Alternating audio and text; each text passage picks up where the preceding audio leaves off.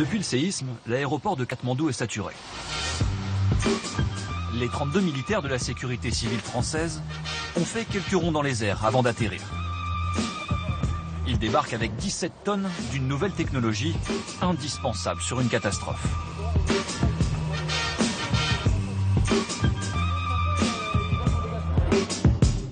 Là, c'est nos fameuses machines dernier cri, c'est du water purification. Donc là, on pompe de l'eau même assez sale et on a un système de filtration qui fait que en sortie, on arrive à produire à peu près 2000 litres à l'heure avec ces machines-là.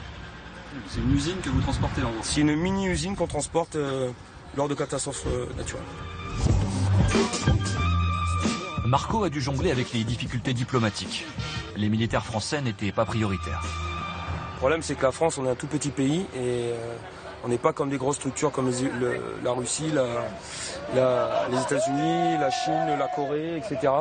Et où eux, ils ont des moyens logistiques, même sur place, déjà, parce que c'est des grands pays et avec beaucoup d'argent. Une fois déployée au cœur de Katmandou, l'usine à eau s'étale sur un demi-terrain de foot.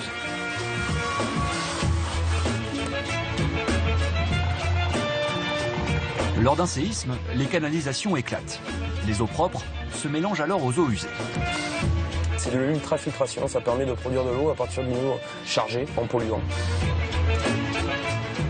Ici, on est sur une région qui est extrêmement polluée. Dans l'eau, on arrive à trouver un taux d'urine, de matière fécale. Donc pour traiter ces eaux-là, on est obligé de passer dans des filtres très particuliers qui vont fixer un maximum de ces matières.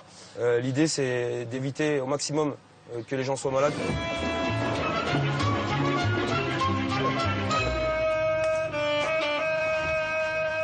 Ensuite, celle-ci, on la dépique, on la bascule le long du mur. Zone vie, cuisine, infirmerie, les douches et le site de production avec le traitement et la distribution. Okay. Donc là, derrière les bambous, on mettra certainement les WC.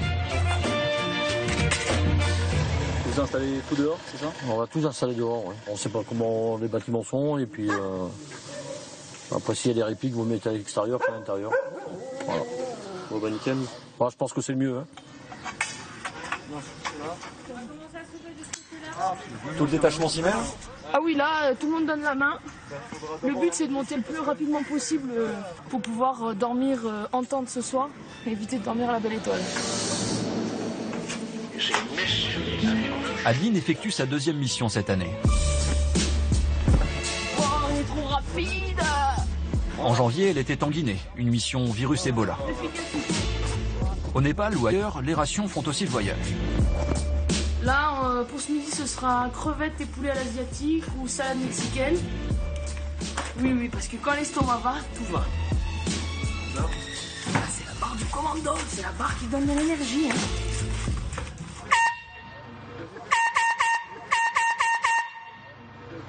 Ok, donc puisque tout le monde est là, tout le monde se rappelle ce que c'est. C'est en cas de réplique, de grosses répliques, le point de rassemblement. Le PC, ils ont ça. Donc normalement, ça va les réveiller. Même les journalistes qui dorment. C'est bon, tout le monde a compris? Oui, chef. Ensemble, Ouais. à disposition des chefs d'éléments.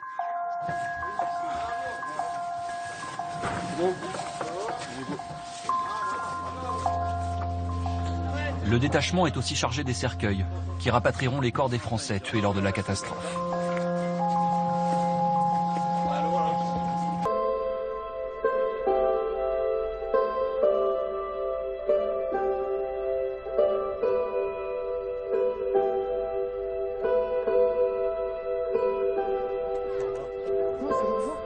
Pour travailler, les spécialistes de l'eau de la sécurité civile ont besoin d'eau, certes sale, mais ce bras du Gange est un peu trop pollué. It's not clean. Non. C'est une horreur. C'est un bras mort d'égout. C'est une odeur, putain, ça ferait gerber. On voit le tas de merde, d'immondices qu'il y a là. On voit qu'on ne peut pas traiter cette eau. L'eau, c'est souvent des gros problèmes en cas de catastrophe. Ah oui, parce qu'en règle générale, les canalisations pètent. Tout le réseau d'eau commence à être saturé en matière sale. Ça crée des carences et on vient très vite malade, quoi. On ne peut pas se permettre de faire de l'eau potable avec une eau aussi polluée, quoi. Surtout que dedans, on va retrouver des hydrocarbures, de l'huile, des matières fécales, j'en passe et des meilleurs. Là, on ne peut pas se permettre de produire avec cette eau-là.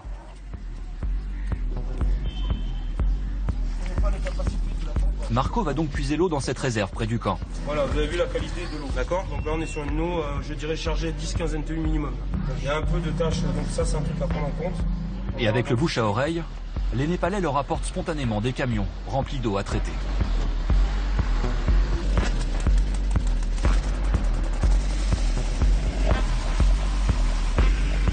L'eau sale passe par l'usine de filtrage, par ici, par là, puis vient le plus important, le chlorage. Il faut trouver le bon dosage. Car trop de chlore serait néfaste à la flore intestinale de la population locale. On s'amuse pas. Hein. Le but, c'est qu'on ait le chlore ou la même composition de chlore dans toute la bâche. Que toute l'eau qui est contenue dans la bâche soit vraiment désinfectée. Rien ne remplace l'homme, donc. L'homme, exactement. En sortie de cette mission, j'aurai des cuisses. Je pourrais pas te faire n'importe quel marathon.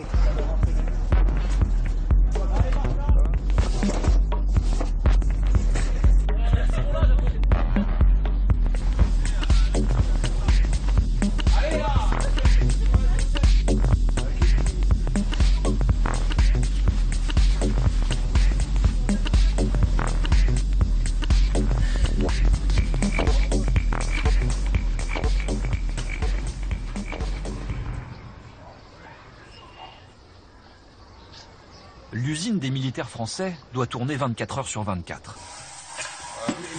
Une fois purifiée, l'eau doit sortir en sachet d'1 litre, grâce à une machine installée par Marco. Pas encore, ça va venir. C'est que si vous voulez, le souci, c'est que ça touche. J'ai peur que ça ralentisse trop le truc. Quand tu peux rallumer? On va tenter. Hein. Quand tu veux. Marco, 8e scène, action. Ah, ça prend pas. C'est bon. Ok, stop.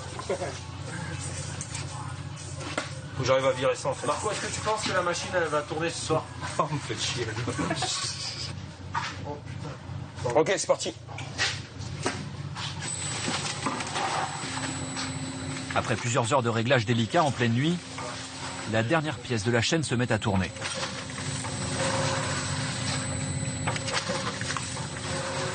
La plus grande fierté, c'est de pouvoir donner ça aux gens, quoi.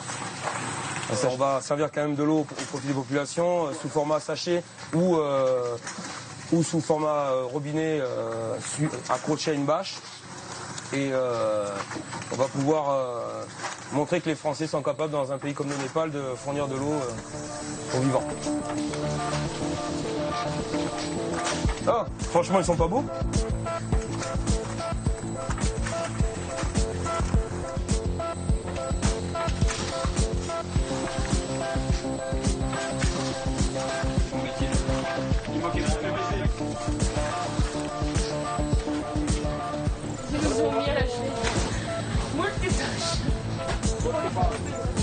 À plein régime, ils vont sortir 2000 sachets par heure et distribuer 15 000 litres par jour. Potable, bien sûr. Elle est bonne.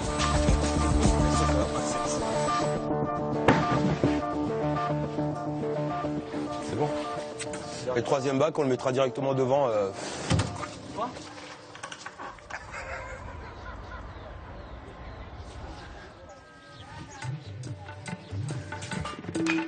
Afin d'évaluer les besoins en eau pour la distribution, Ah oui, effectivement, c'est bien effondré. Adeline et Yann, le médecin du détachement, Bien effondré. effectuent une reconnaissance de terrain dans un bidonville. C'est bien. Ouais. Voilà, c'est ça, parce que les briques, elles sont pas cassées, quoi. En fait, c'est le joint entre les briques qui a pas tenu, quoi. Plus le bois qui est abîmé. C'est dingue, hein. C'est un temple, ouais. Namasté. Namasté.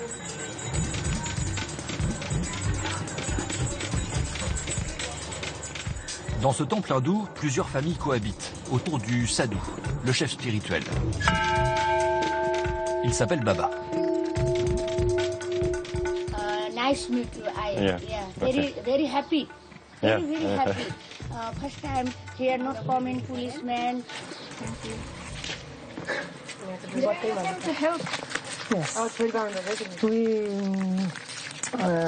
We are just In this yes for water purification. You distribute water? Yes. Oh. Yes, yes.